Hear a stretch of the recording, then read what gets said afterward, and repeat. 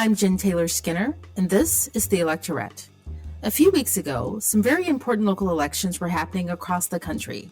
There were elections in Washington State, in New Jersey, and Virginia. But it was the elections in the latter state, Virginia, that everyone was talking about and watching.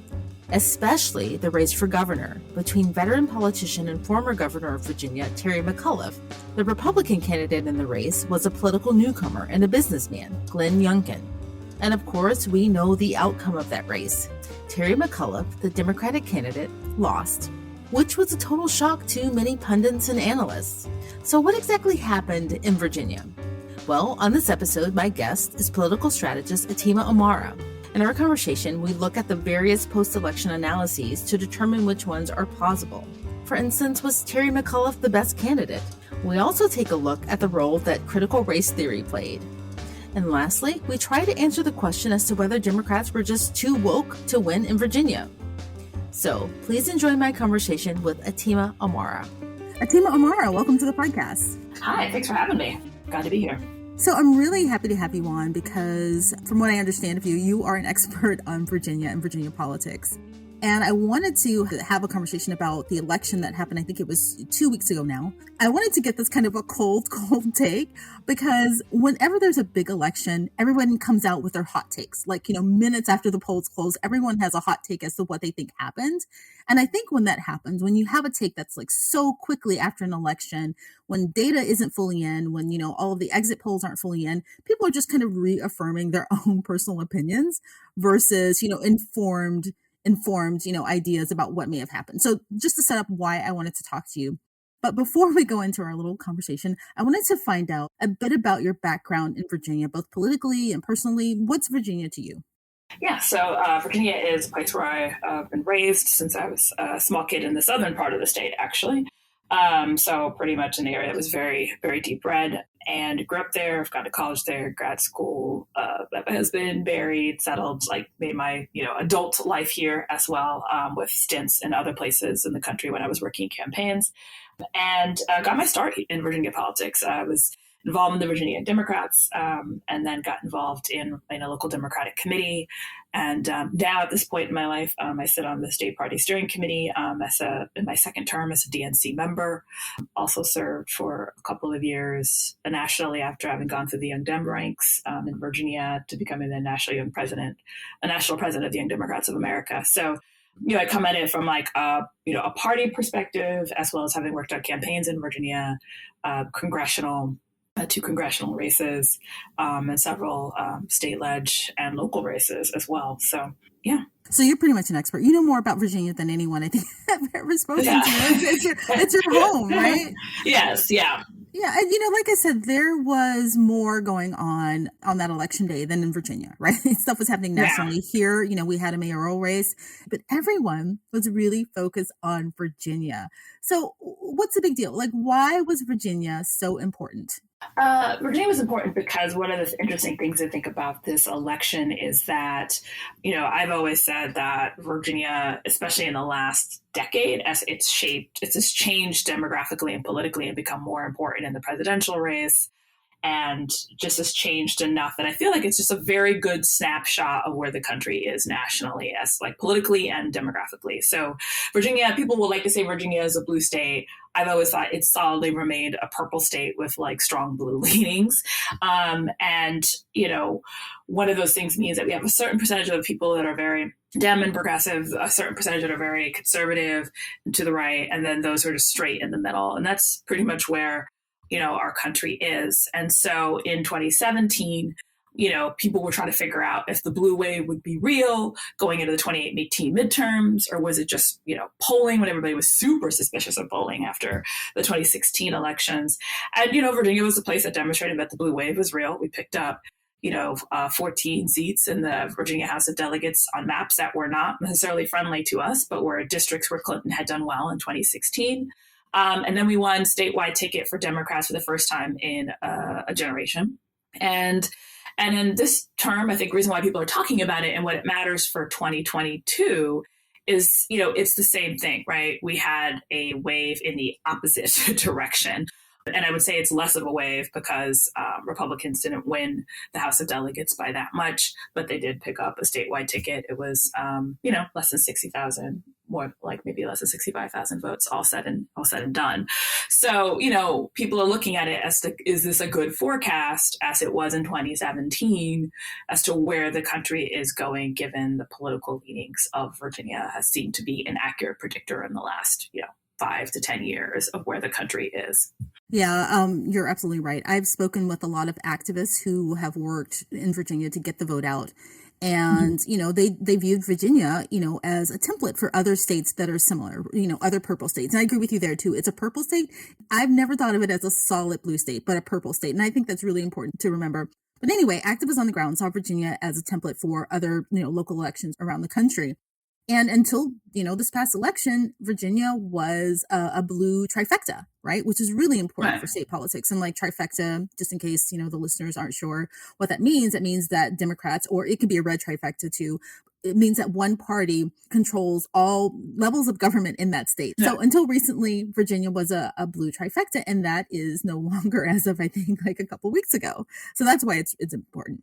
Yeah, of course, absolutely. And and it's gone the opposite direction, at least for and it gets kind of interesting because we have redistricting and all of that coming up. So at least for the next year, the Republicans now going into 22 will have statewide executive offices that are elected, as well as state, at least the House of Delegates. They do not have the Senate. So, but with redistricting, we have new maps, and that changes things. So people have to run again, actually, to hold their seats. So it could get kind of interesting with that new wrench thrown into all of this dynamic for everyone. So.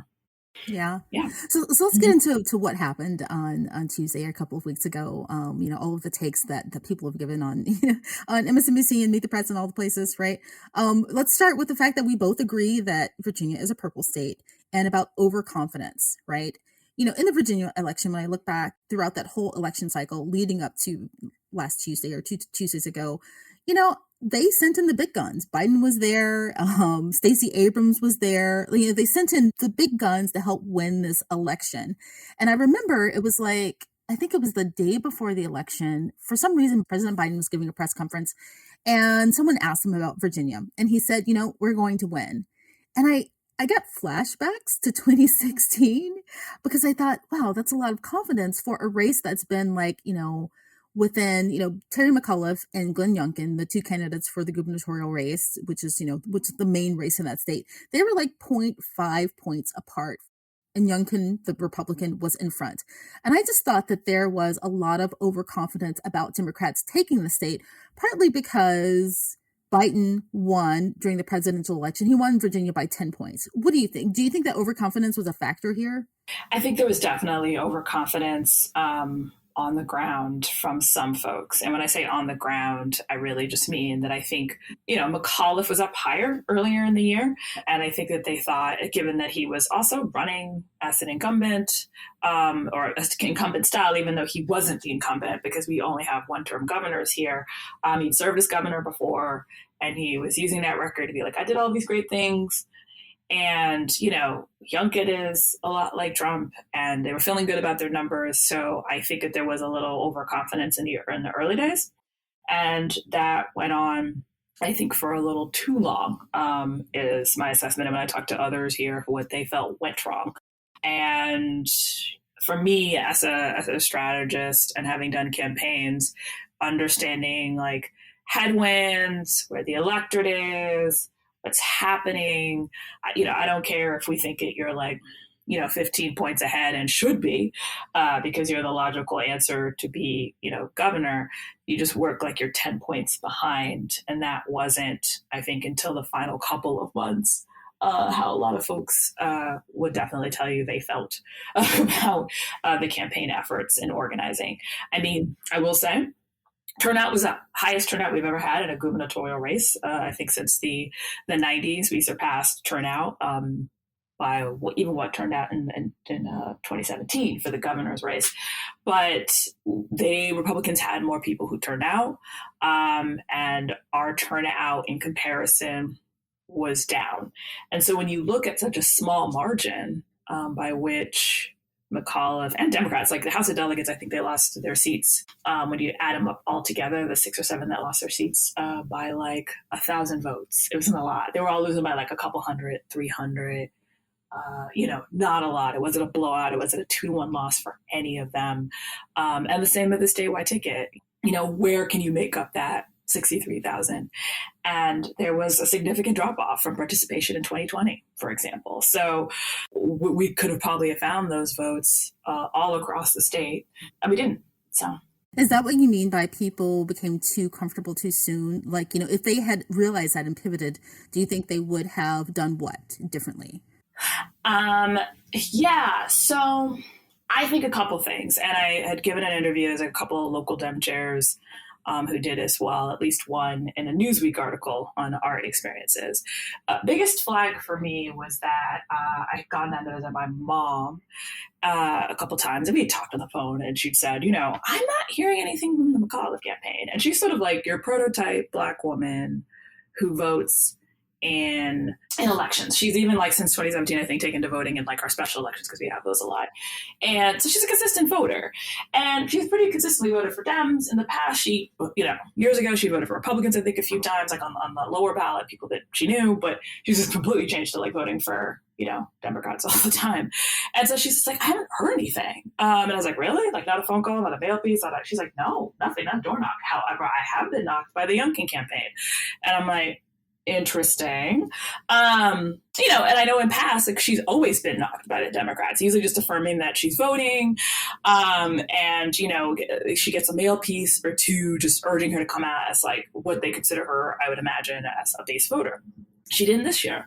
I heard that from a number of my friends whose families, are Black or brown, who have been voting consistently in the state. Like they hadn't really gotten a lot of outreach, or they had not known others who were consistent voters who had gotten a lot of voter engagement outreach. When I went to go visit my mom, and she lived in a battleground area, like it was one of the counties I was important. And I noticed when I went to the neighborhood, my neighborhood over the years that like I visited her has never been extremely political. You see a sign here or there. That's about it. When I was on a visit in the final month before the election, several Republican signs up, and not in the medians, actual people's yards. Now, signs don't vote, but it does demonstrate a level of support when people take signs and put them in their yard.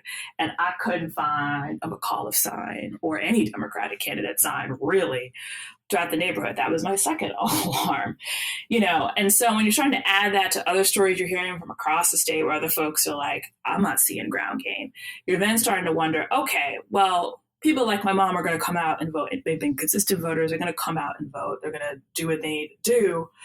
But who are we not reaching? That becomes the question. Who is a little less consistent a voter, right? If we're not even trying to engage the people who've been with us all the time, who else are we missing who maybe didn't prioritize the election this year because of the pandemic and school and other things happening in their life, or feeling like, Trump's out of office, there's less danger, we're a blue state, who knows, what have you. It was a long way of answering the question, but these were just some things that I started to notice. I'm like, this is not what I've noticed in the last 4 or 5 years when we do campaigns. We contact every single day on body to come out and remind them. You talk to your base, make sure they're coming out, and then you start trying to get the people who are less likely to come out just because they're not as consistent voters. But when they do, they vote for Democrats. And then anybody else you want to pick off after that. And that I wasn't even seeing the base getting like as much engagement. And that was my first concern when I started seeing that. So. No, you're absolutely right. I mean, the thing is that you're right that signs don't vote, but it's a good measure of enthusiasm in a community. I mean, like for me, like I'm really into politics. I vote in pretty much every election. And I buy signs and I don't even put them in my yard. The physical effort that it takes to put a sign in your yard and take it out. I don't even do that. And I'm really into politics. And I've heard the same sentiment with other elections, throughout the years about, I haven't heard from this candidate. What's going on? I haven't heard anything. I'm going to vote for them anyway, but I haven't heard anything. And for me, that's always the canary in the coal mine. Typically, those voters, when they say, I'm not hearing from this candidate, in my anecdotal experience, that candidate usually loses. Yeah. Yeah. And that's, I mean, I remember, like, on a flip side, I have like family in Texas, and they knew that Beto was doing well because they lived in a very conservative county, and people were putting Beto signs in their yard. Yeah. And considering the reputation of Democrats and how, the GOP's done a very good job of making people who are Democrats in Texas seem like they're like these socialists who like want to burn stuff down and end the world. Like, the fact that people were making the effort to go put their Beto sign in their yard in this heavily conservative area, and there were a lot of them, they were like, we don't know if Beto's going to win or not, but there is definitely a movement on the ground to support this guy in public office. So, and we know that he came very close to taking Ted Cruz out. So yeah, it's one of those things where, like, I've always used it as like a barometer of, oh, I'm not talking about signs on the road or like medians, but definitely when you start seeing that, and then you combine it with the people who are the reliable voters, are like, I haven't heard from the Democrats at all. Like voter engagement, because one of the feedback that came back from the campaign was, well, we did radio ads, we did souls to the polls. This is for Black votes. And I'm like, okay, that's nice indirect voter engagement, but that souls to the polls are very much for the party faithful, are very much for, folks who are already being organized. Like, I knew an organizer down south who was doing like souls to the polls, get them all organized, counted up to a couple hundred people. And she had to organize and was like, all right, we're going to like start doing a little car train to the polls. That's a major organized effort to build for something like that. And a radio ad, okay, I hear a lot of radio ads, as do a lot of people. And that's a nice reminder, but it doesn't replace actual substantive phone call, voter, text engagement. Yeah. So we've established that conservatives were energized, and we can talk a bit later about why and what they were energized around, right? And this is just my, hot take just off the cuff here.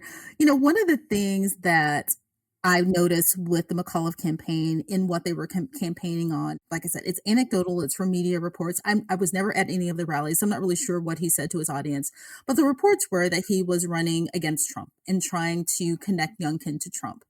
And, I'm not really sure how that translates to the Democratic base, but and I'm not a strategist, but I would imagine that they had a lot more to run on than that, right? And some people criticize the campaign, saying like, oh, well, the infrastructure bill hadn't passed, and that's also why voters didn't come out. Perhaps that that could have been the case, but they had a lot to run on that I think that they didn't, right? Like the pandemic relief package, right? Cutting child poverty in half, what was in the infrastructure bill. Heck, they could have even run on the fact that Kamala Harris was VP, and they've got a large African-American and pretty large Asian community in Virginia that they could have run on. There's so many things that they could have run on in addition to running against Trump. And I'm not really sure that was a part of the campaign message. Yeah, none of it was. What was part of the campaign message was, yes, Youngkin was equal to Trump. Now, was he co-signing and giving wink winks to people concerned about election integrity on the Republican side after the 2020 election? Sure. Was he spending a lot of time doing that in public rooms and what? No, he definitely wasn't. He was trying to put his arm length between him and Trump, because also it's Virginia. He can't, Biden won by 10 points. So he knows exactly that there's not enough people to give him that edge, being like tying himself to Trump in this state. And so, outside of federal stuff, McAuliffe had the opportunity to run on what the Democrats had done in Virginia in the last 4 years, repealed the death penalty, worked on environmental stuff, criminal justice reform, legalizing marijuana, protecting reproductive rights, expanding access to reproductive rights, expanding voting rights. There's so many things I can't even mention, but these are some of the things that I know came out of the Virginia General Assembly. I have friends in California who are like, we have a moratorium on the death penalty for like the last 45 years. We still can't even repeal it. And Virginia just went and repealed it. As a state that was the leader in executing people, we repealed our death penalty. These are huge accomplishments. Job growth happened when McAuliffe was governor. He did mention some of those things when he was governor, but where he failed to pivot, I think, was that he didn't talk about then, based off of all these amazing things I did as governor, based off what Virginia Democrats have brought to you, this is what, if you give me the opportunity to serve another 4 years, is the future of Virginia, how we build back better in the Commonwealth. Whether there was talk about having a state family paid leave plan. Yes, everybody's cranky about Build Back Better, paid family leave being taken out. But we had the votes to make a paid family leave plan happen in the state. That could have been something he talked about if he was, governor, right? So a lot of people were concerned that he was spending so much time tying Youngkin to Trump that he failed to talk about his future message for Virginia and get people excited and motivated for the next 4 years, and use a strong legislative agenda on which the Democrats had built in the General Assembly and with Democratic leadership statewide in the last 4. I was told post the election that tying Youngkin to Trump polled well in internals with party faithful. You don't have to tell me twice. I'm not going to vote for Youngkin. Democrats, right? Okay, I get it. We can't, have this dude in there. But for the people who don't pay attention every day, they're like, Trump's gone, right? They're not seeing some of the threats that you and I are sort of seeing in the news. Don't watch Maddow, don't watch Hayes, all of that. So, you have to make other points besides, especially when Youngkin is trying very hard to make sure he doesn't look like he's tied to Trump. You have to try for other things. And I never saw that pivot really happen. So.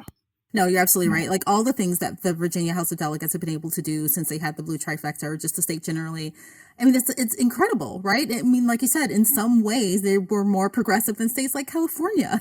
Yeah. And, that just wasn't a part of the campaign message. And I think that this is a lesson that we need to take as a party into 2022 and 2024, right? You really have to hammer on what you've done, whether you're looking at the state level or at the federal level. For instance, I was looking at the numbers. I think 30% of Youngkin won about 30% of Latino voters, and about over 30% of Asian voters, and 13% of Black voters, right? That's nothing to sneeze at. I mean, mention the fact that Biden restored DACA via executive action. Right. I mean, just say this is the party that you need to get out to vote for, and this is the party you need to be excited about. And I just didn't hear that. Yeah. We didn't say that either. And so I think that, when you're not doing voter engagement to the base in a substantive way, and you're not reemphasizing that with a positive message, and then especially to those who are, less consistent voters, nothing for them to get excited about. I mean, it kind of all compounds itself. And also just how the Republicans were very strategic. I've learned about what the Republicans were doing in Virginia to try and really shore up the vote. And they were being smart about it. They're like, okay, listen, Northern Virginia is a blue hub in the state for blue vote, for Democratic votes. So we just know we can't get below this margin, right? I think they were like, it's 44%. We'll probably if it gets higher than that, we're having an issue. So we just have to get a certain number of Republican votes out of this blue area. And then we'll go focus and run up the score in the parts of the state that we know will win, like the southern parts and the Southwest. And that's what they went and did. And they also looked at, they didn't give up on every voter. They're like, my mom got a call from the Youngkin campaign, even though her voting record has consistently said Democrat for the last 4 or 5 more years. They called her, right? They called people who maybe are consistent voters and hey, let me talk to you about the positive vision that Glenn Youngkin has for Virginia. So they segmented Asian voters. I remember reading something where they said they talked to Polynesian, they talked to East Asian, they were looking at different segments of communities, their politics. And I'm just sitting here weeping because I'm like, oh my God, this is the type of work that our party needs to be doing, not just on a statewide, but on a national level, because that's essentially how Stacey Abrams came, very close to winning, save her votes being dumped and other voter suppression tactics in Georgia. She had the same thing. She had Vietnamese language phone banks running. She had Spanish phone banks running, reaching out to voters in their language, talking about the message of the Democrats and what Democrats would do for them, and meeting them where they were. And there wasn't that kind of rigorous campaign effort. Like I was hearing delegates are like out in southern parts of the state. They're like, yo, you'd see educators for Youngkin, you'd see teachers for Youngkin, you'd see students for Youngkin. And then there was none of that on our side, which is funny. We've done that in the past where we've had educators or hunters for Northam or Black voters for Northam or, young people for, whatever candidate is running at that time. And we didn't have any of that constituency sort of targeted outreach and signs. So, yeah. Yeah, I think that goes back to the overconfidence. I just and this is kind of a controversial thing to bring up because I try to avoid, ageism generally, and especially in politics because that often comes up. And, I don't actually even know how old Terry McAuliffe is, but I'm curious as to whether he was really the right candidate, because we've seen him before. He's been around in politics for a very long time. And, I wonder if voters were not enthusiastic because they were saying, we've seen this before, we've seen this movie before. And I wasn't watching the race early on, but apparently there were two Black women who were also running against McAuliffe in the primary. And I just wonder if that led to some apathy to some extent, just because you had two white men kind of running against each other. And when the differences in policy weren't made very clear, voters may have thought, why should I come out? I don't know. Yeah. Well, I think, there was like a discussion. I was in a Twitter space, like election night or the night before the election or after, I can't remember, where somebody said, would it have been different if, if Jen McClellan or Jennifer Carroll, the two Black women you're referring to, one's a Gen Xer, one's a millennial, if either one of them had been at the top of the ticket, would there have been difference? Would we be looking at a very different election result? And even like the white, political guys in the room are like, yeah. In this Twitter space, we're like, yeah. And I think because one, having the significance of putting a Black woman in the governor's mansion for the first time, like we missed that opportunity in Georgia, for Virginia getting the chance to do that would have moved a lot of Black women that I know, a lot of Black women that other people know, especially, just Black people in general, like forget just Black women, but definitely, Black people in general. And a lot of there are a lot of white liberal women who are very supportive of finally seeing a woman governor, especially a woman of color, given that, many of the ones who are involved in our Democratic Party, white liberal women, were like, we get it. Like the base of the party is women of color, especially Black women. So why would we not, put somebody up who's the standard bearer for all of our causes and reflects our base? So I think that it would have been a different election result. I also think that neither one of them, because they had not served as governor prior, would have run in a way that would have been a lot more energized because they were like, this is my shot. Like I gotta make this happen, and then not feel as overly confident about their chances. So yes, and I think people forget about the fact that depending on the candidate brings a team with them, right?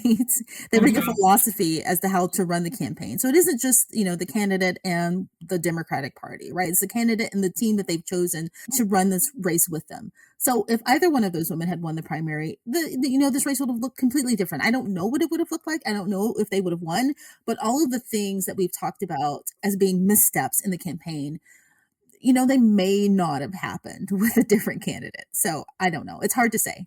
Yeah, it's a lot of folks feel fairly comfortable, I will say, on the ground, but the energy would have been different. The excitement would have been different, and our base would have been mobilized, and voter engagement would have been taken seriously in a way that had been historically taken seriously, that we didn't see as much here this time around. So. Yeah. So, and again, I have nothing against Terry McAuliffe. He seems like a really nice person. I just wonder, for the party, what we need to do to win, if you're going to run, if a white guy is going to run to get the nomination, he has to really think, and I think Biden recognized that when he got the nomination. You have to think of ways to appeal to all of the facets of your party. We had an Afro-Latino woman running as lieutenant governor, and I think that just in the outreach, the messaging, and the strategy, there was not a lot to break through. And so, especially if you're going to run with somebody, he's an older white man. So I think that you have to think of how do I, as an older white man, break through? Bernie Sanders is very popular with a large percentage of some younger people of color. They were excited by him because he talked about things that they cared about and were relevant in their lives. It's not impossible. Like Sherrod Brown does it. Right. Ed Markey did it over, young Joe Kennedy. So it's possible, but that wasn't the type of campaign he ran. So.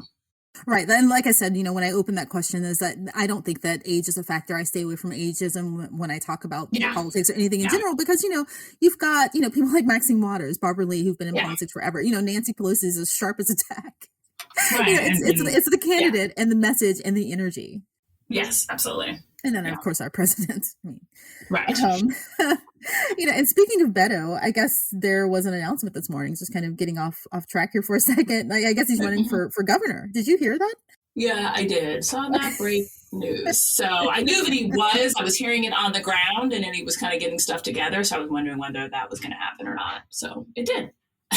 Yeah. So back to this. I just want to ask about another veteran of the Democratic Party. Again, not someone I have anything against. He was a great strategist in his day, James Carville, right? Who thinks that it was the wokeness. Right. Dems are being too woke. And I just, that's just so muddled for so many reasons. What does he mean by woke? What does he want? I mean, we kind of know what he means by woke. What's your take? Let's just get your take on this. I mean, he is a guy who comes from the 90s when they were always thinking about talking to white moderate voters. And, he thought it was like, it's the economy, stupid. Don't talk about these fancy social issues.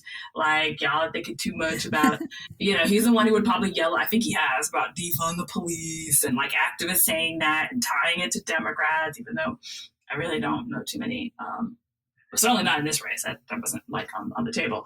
What Ken Rogatz were saying. So it's just like, that's what he's railing against. And like, I don't know why they bring him on television anymore, because he doesn't work races anymore. Like the country, like the last time the man was on a massive like presidential race, considering and looking at the electorate and polling, it was the mid 90s. You and I were definitely not adults at the time.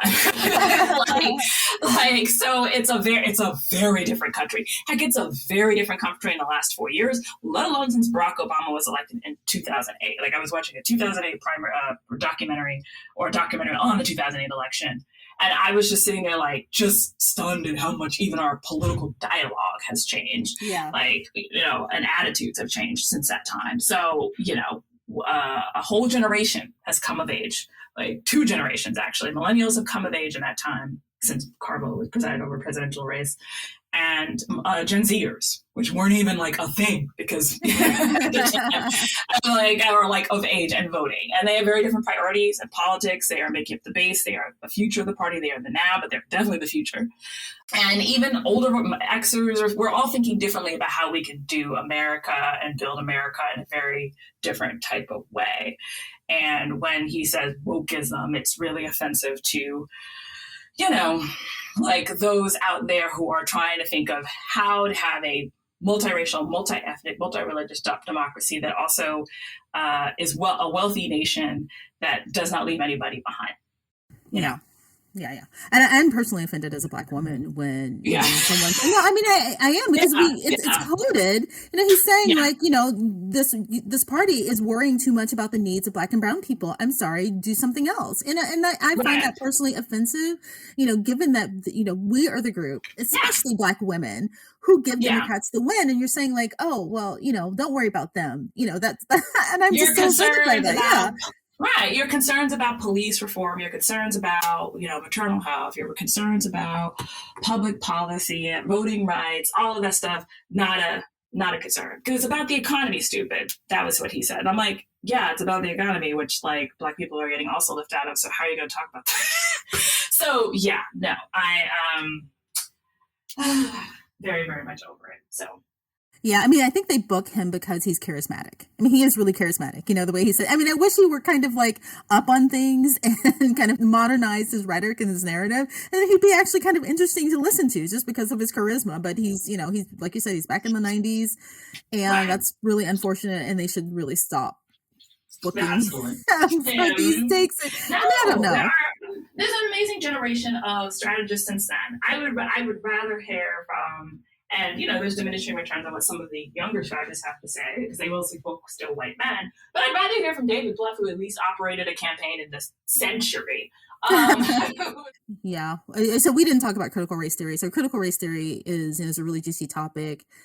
We could have a whole other conversation about that, but essentially, actually, yeah, yeah, we could. Yeah. I mean, we should actually, because it's not a thing, and it bothers me to have all of these debates about critical race theory when it's not a thing. It's literally a made-up thing by Republicans. Yet Democrats are talking about it so much.